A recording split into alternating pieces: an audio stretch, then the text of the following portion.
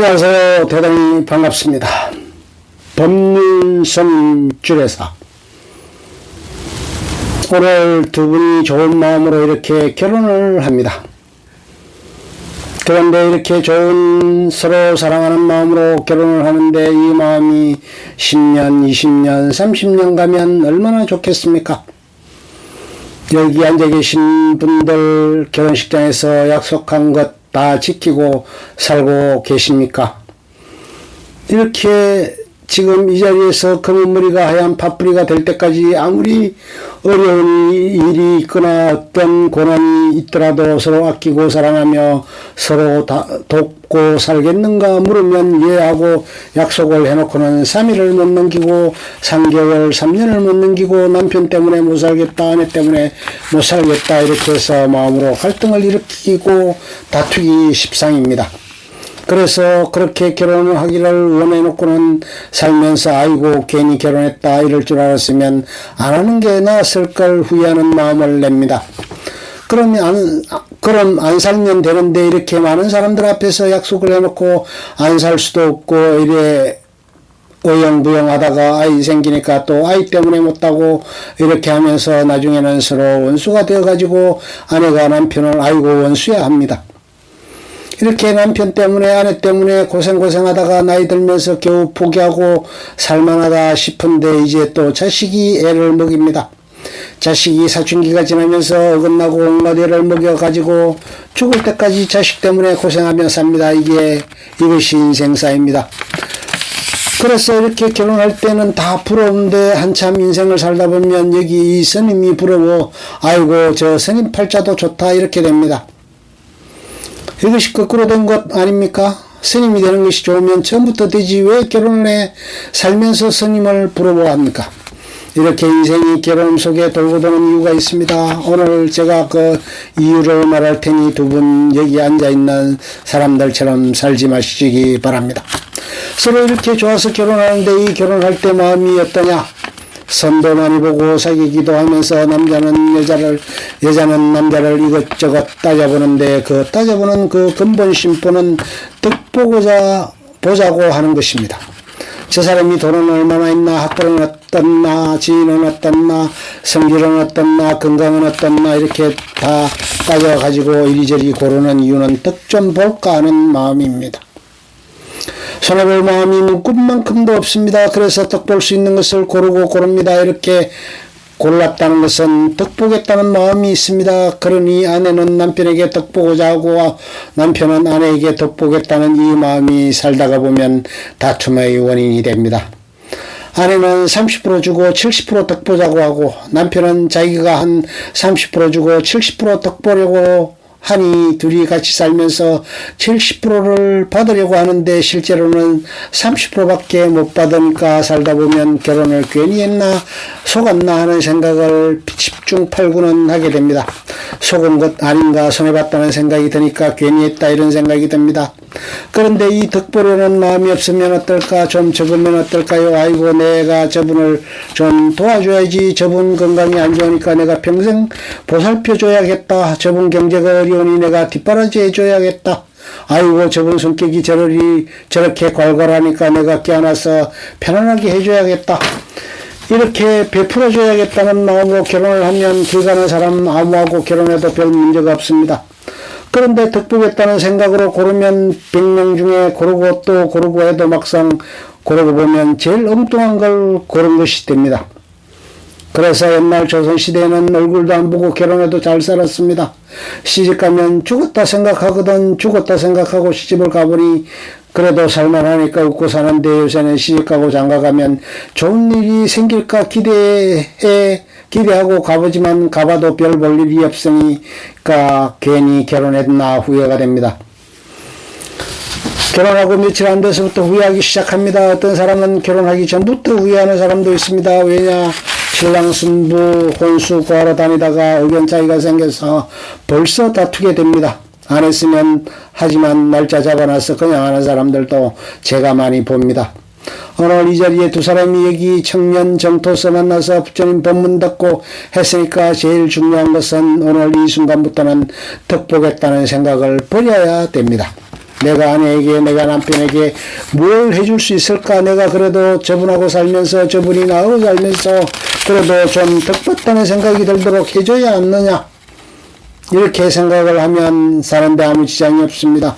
그런데 심보를 잘못 가져놓고 자꾸 사주팔자를 보려고 합니다. 궁합을 본다고 바뀌는 게 아닙니다. 바깥 궁합, 속궁합 다 보고 3년을 동거하고 살아봐도 이 심보가 안 바뀌면 살고 못 삽니다.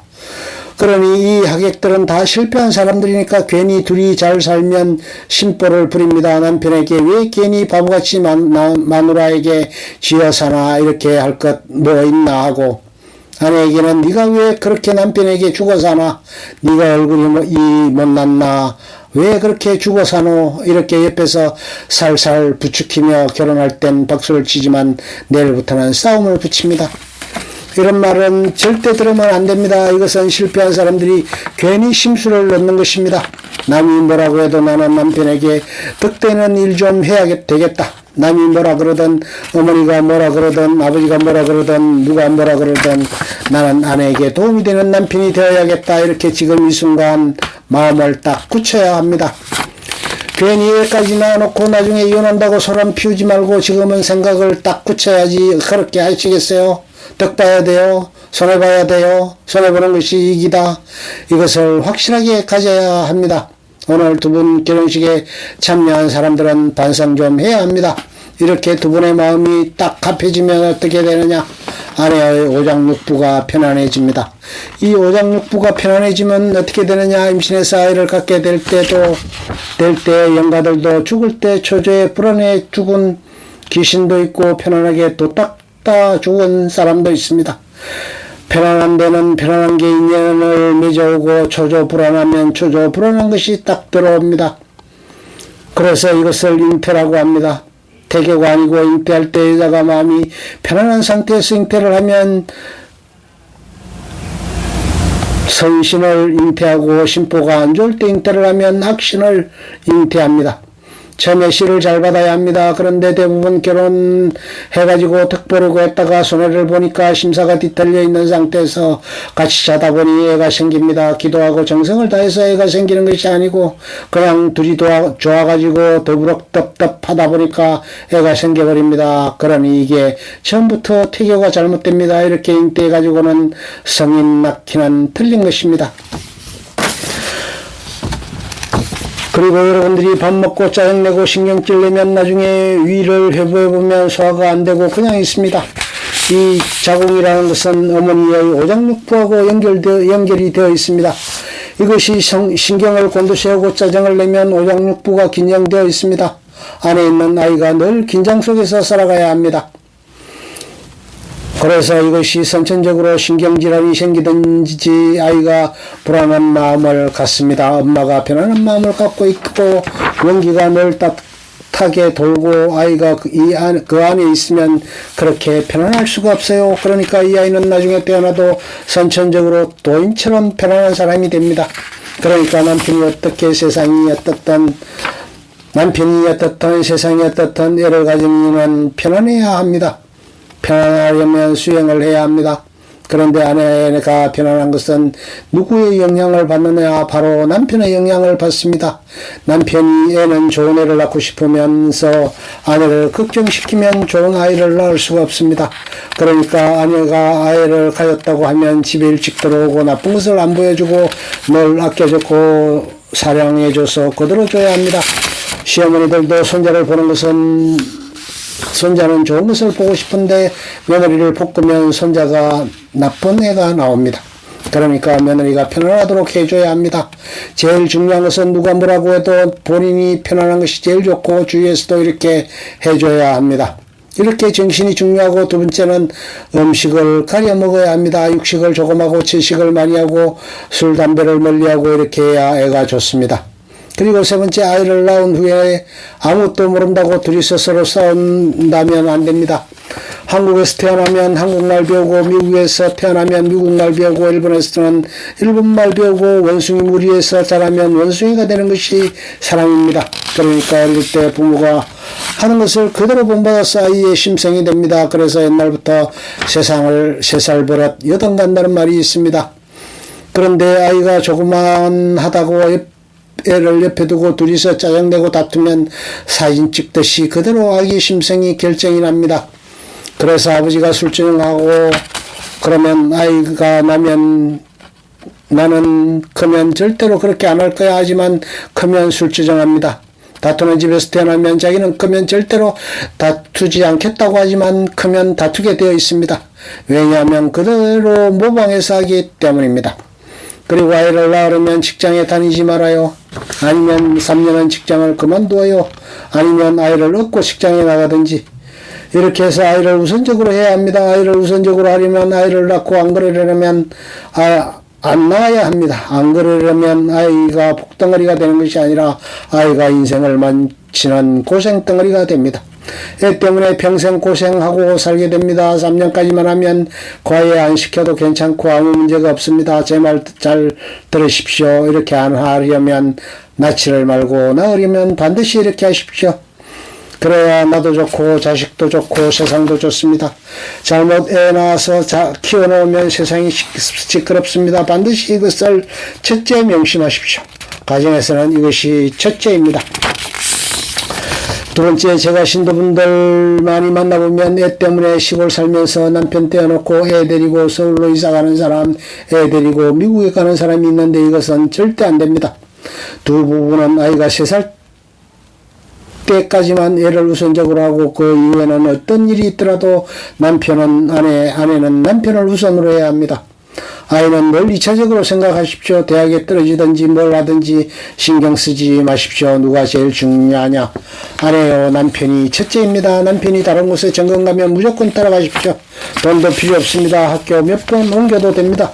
이렇게 남편은 아내는 남편을 중심으로 놓고 세상을 살면 아이들은 전학을 10번 가도 아무 문제 없이 잘 삽니다. 그런데 애를 중심으로 놓고 오냐오냐 하면서 자꾸 부부가 헤어지고 갈라지면 애는 아무리 잘해줘도 망칩니다. 여기도 그렇게 사는 사람이 있을 것입니다.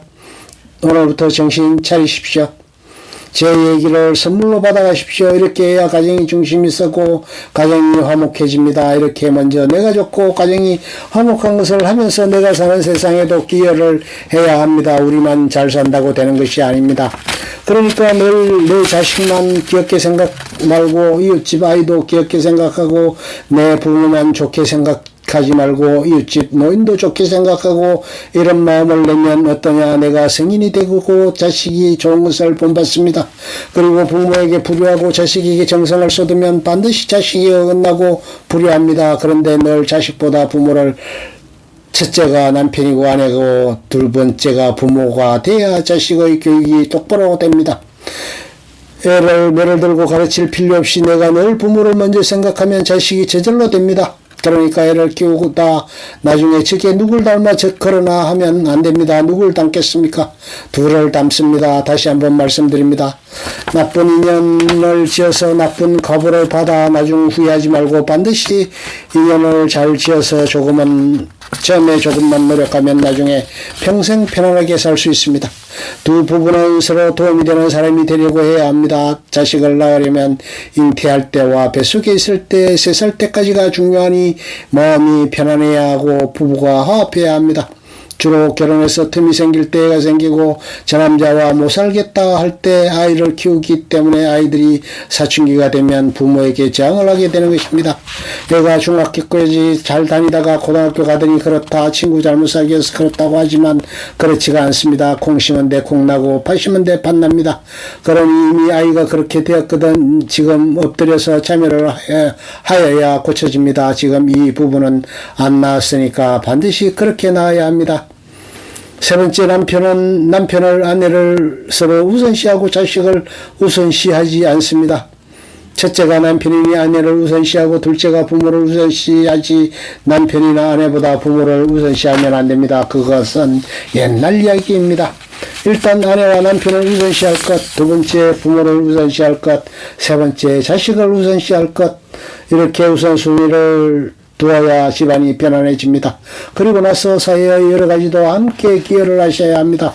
이러면 돈이 없어도 재미가 있고 비가 새는 집도 살아도 새는 집에 살아도 재미가 있고 나물 먹고 물 마셔도 인생이 즐거워집니다. 즐겁자고 사는 거지 괴롭자고 사는 것이 아니니까 두 부부는 이것을 중심에 놓고 살아야 합니다. 그래야 남편이 밖에 가서 사업을 해도 사업이 잘 되고 뭐든지 잘 됩니다. 그런데 돈에 눈이 어두워가지고 권력에 눈이 어두워가지고 자기 개인의 이익에 눈이 어두워가지고 자기 생각 고집하여서 살면 결혼 안 하는 이보다 못합니다. 그러니 지금 좋은 이 마음 죽을 때까지 내 생애까지 가리면 반드시 이것을 지켜야 합니다. 이렇게 살면 따로 머리 깎고 스님이 되어 살지 않아도 해탈하고 열반할 수 있습니다. 이것이 대성보살의 길입니다. 제가 부주 대신 이렇게 말로 부주를 하니까 두 분이 꼭 명심하시기 바랍니다. 끝.